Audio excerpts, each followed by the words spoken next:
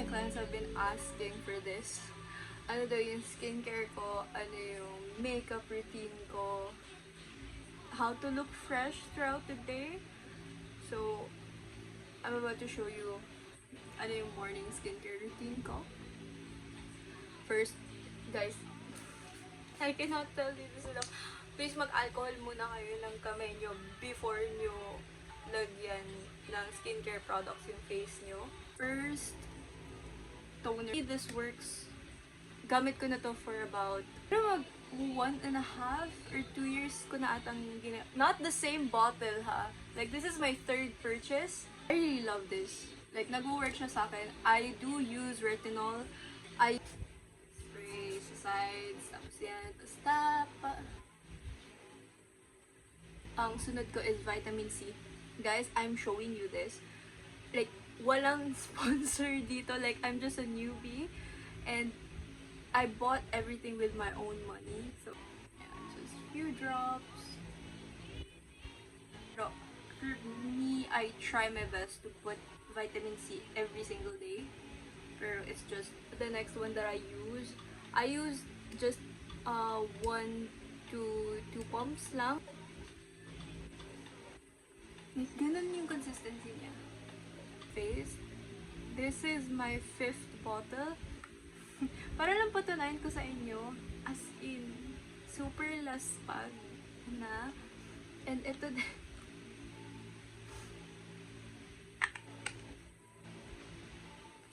Wala na talaga. Okay. Kaya pa to.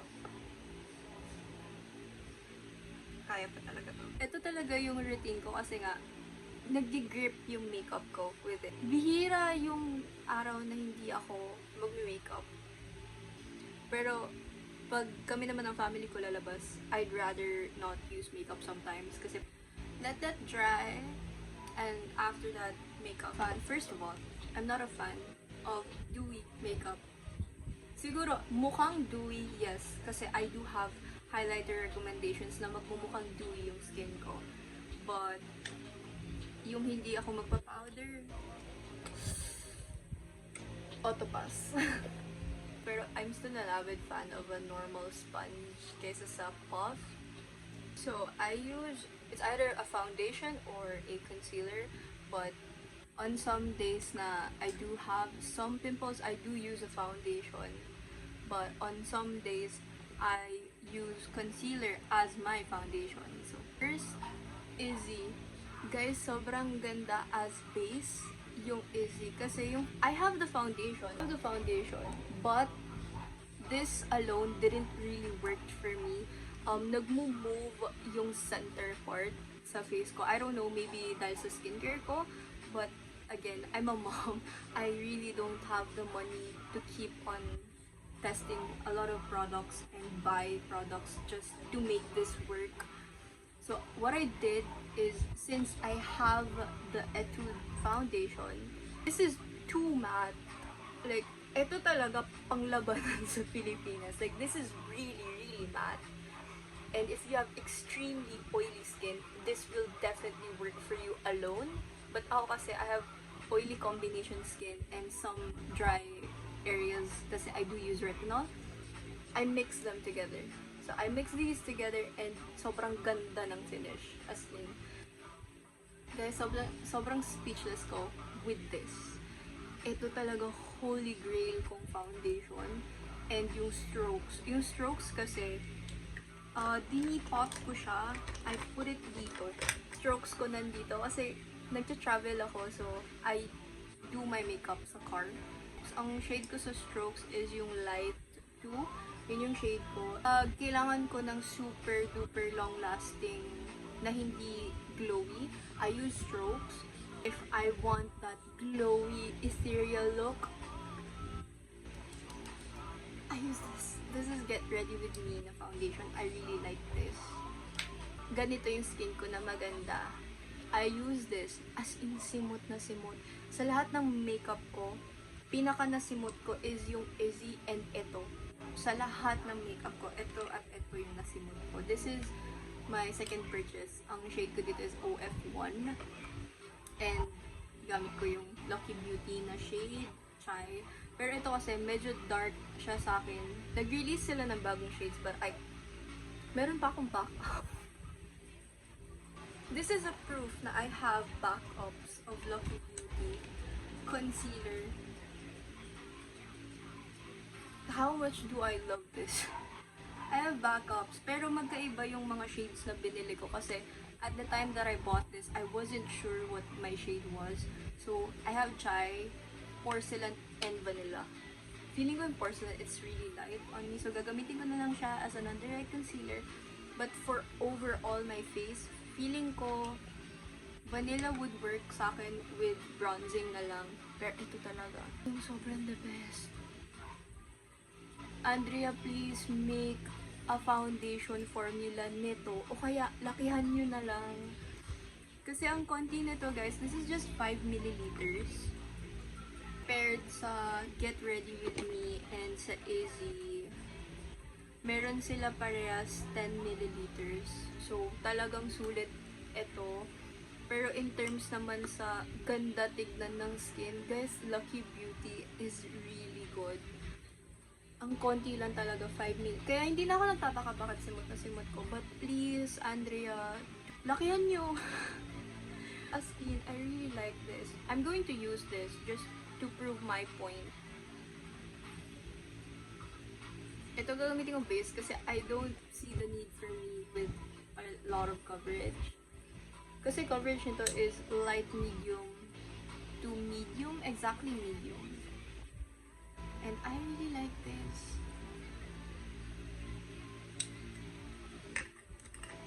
Just to prove my point.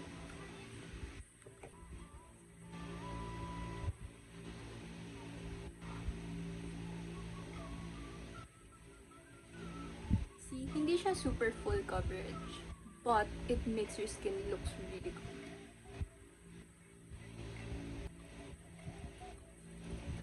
See? Guys, oh my god, I really like this. I really like this. You don't know how happy I am with this one. Super pretty. Oh my god. Andrea! What the heck? Please, make a bigger version. Lakihan nyo yung concealer. See? Kahit nga ganito na lang ako, so I'm not a fan kasi nang hindi nagsiset ng makeup. So, honestly, kahit ganito na lang ako, I can work with this. Oh my... See? Mukha ba akong may makeup? Do I really look like I have something on? No. Let's try to pull this up, and here, and that. Guys, maraming may gusto nito. Lahat ng kung ano man pwede ko ibudol sa inyo, it would be this and the Issey concealers. Tapos pag talagang gusto nyo ng pang matagalan na gamit, as in gagamitin nyo siya for a year, I'd highly recommend you just to buy this alone. It's buildable. Like, you can use it as a skin tint. It's not really skin tint, pero like, manipis lang ilagay nyo, mukha siyang skin tint. And sa Get Ready With Me kasi, you need to moisturize your face. Kasi if hindi, weird yung itsura niya if you don't moisturize your face. So I really recommend you to moisturize your face. Kahit face mist lang, just make sure na moisturize yung face mo.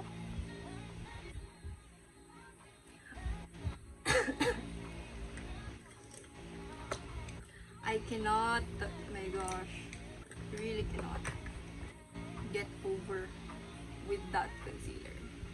For liquids, liquid is this, Lovely Cosmetics. And Beauty ka, so feeling ko phased out na si Beauty.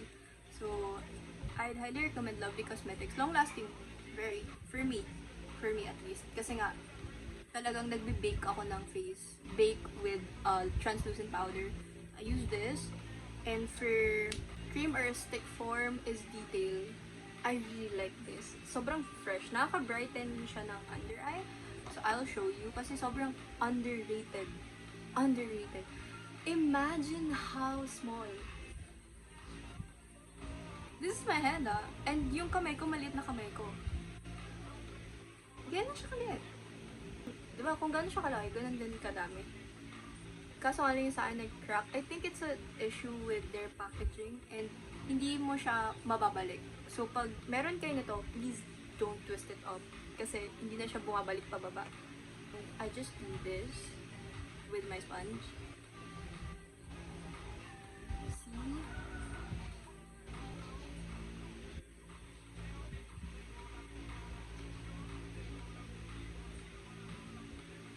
And ang cute nito sa nose. Like, I really like this kasi parang sinisipon. I'm sorry, I really like that look na mukha akong sinisipon or mukha akong umiyak. I really like that. Mukha siyang OA, pero wait. Kasi magsaset pa tayo ng powder, so mawawala din yan. Like, hindi siya super OA din yan. I forgot to prep. Gamit ko pala for prep is Laneige lip. Use soft touching blush, but I think wala na din kasi to. So wala ko ibang ma-recommend. I'm sorry, like ito lang kasi meron ako, but I do use this. So I put it here at the back of my hand. Yan, ganyan. There's this shade Sunkissed. Talagang pang bronzer siya. I don't normally use liquid contour, pero I want to try. Gusto ko matry yung sa strokes. Kasi nga, they say it's really long-lasting. I'm sorry I'm using sponge for my liquid. It's just kasi, nilabahan ko yung mga brush. My brushes are OBW and Maange. That's my brushes. Like, kita niyo ba? Parang nagbigay lang siya ng shadow. Even it's a bronzer shade, ha? This is a bronzer shade. But it does give the illusion na mas mukhang medyo snatched yung face. Hindi to doctor sensitive, I'm sorry, but I use doctor sensitive. Laman nito is Pond's powder, that's what I use. I like how it looks with my face. And guys, surprisingly, it's long lasting. Powders that I use, it's these ones. Pinagahalo ko sila kasi this one has shimmers and feeling ko downside siya for people kasi most girls don't like shimmers. Ito, it doesn't have much shimmers, pero ito alone, maganda to. Kahit ito lang bilhin nyo, it's fine. But ito, I just mix them. Kasi gusto ko yung may shimmer. Makeup is preference, kaya that's my preference. Pero ma-recommend ko talaga. It's really good. See, diba?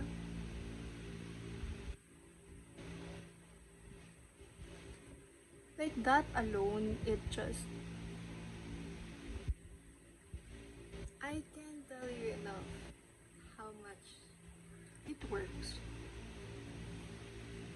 I respect those consumers na sinasabi din nila some other people na it's most creators are like sponsored kasi nga just to sell products. I mean, I understand, but as a consumer, it's also a responsibility of your own to explore some products, and I was one of those consumers.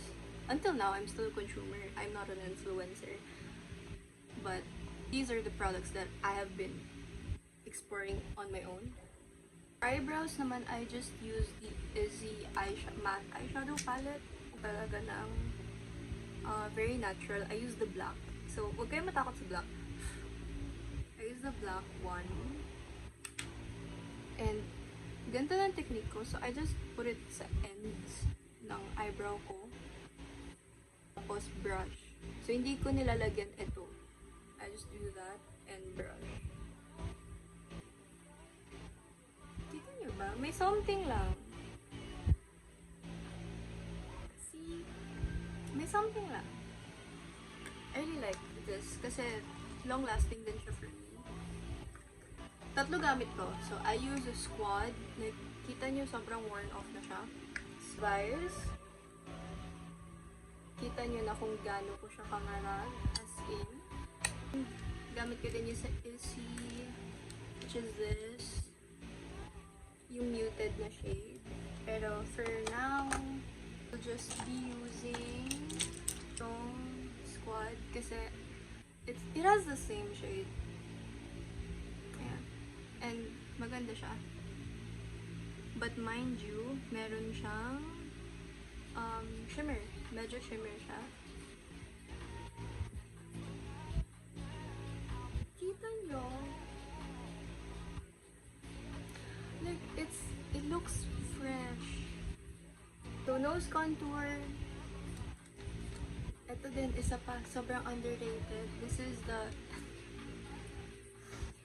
You can see how much I love my makeup.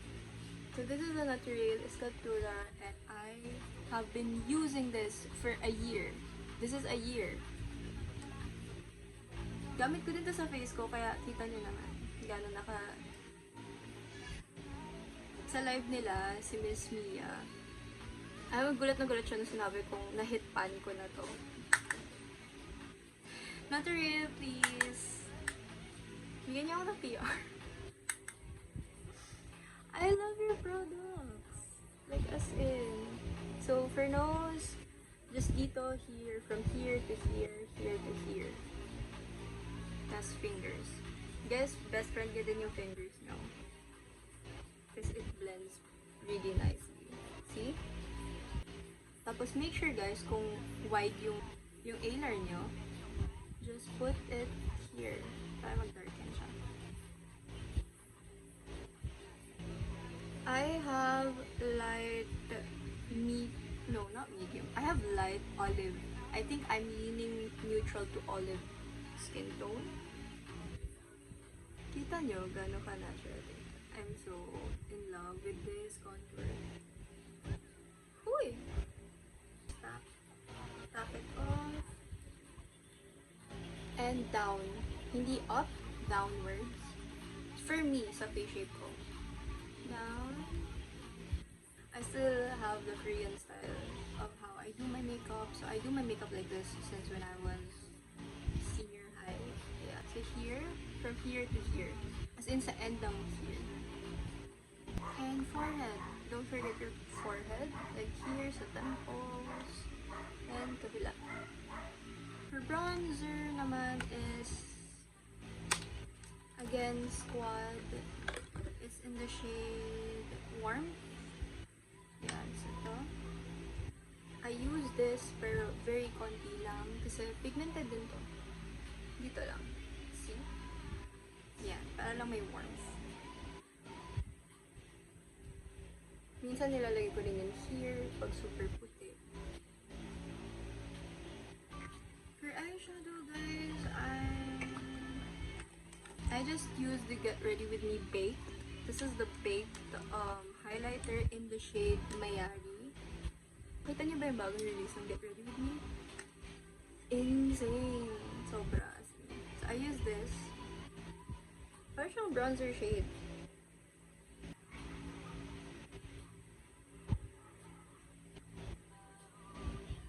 Next is highlighter. This is from Izzy in the shade Blonde. So ito gamit ko. Yan. So this is the base.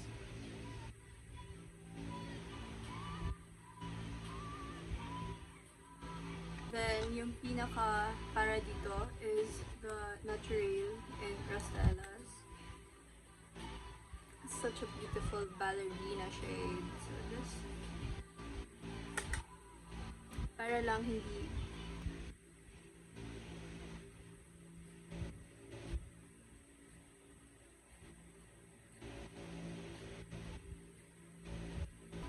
just wipe off yung pang prep.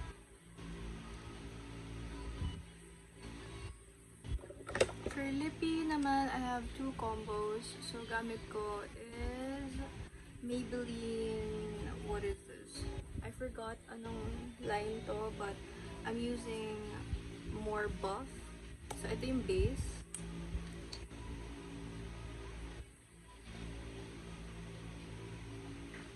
Yung base. Lagay ko sa center is Everbelena tinted serum. But, ganda ba siya? Pero ito na lang. Ito. Let's try muna ito. If mabagay.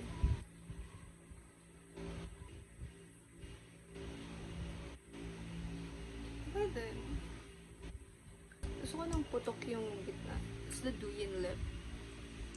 So let's just use Detail Glass Stain in the shade Afterglow.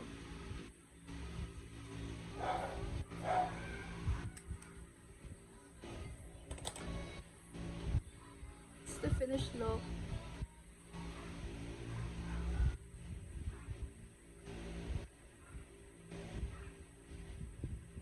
Ito yung long-lasting makeup ko whenever I go sa mga clients ko and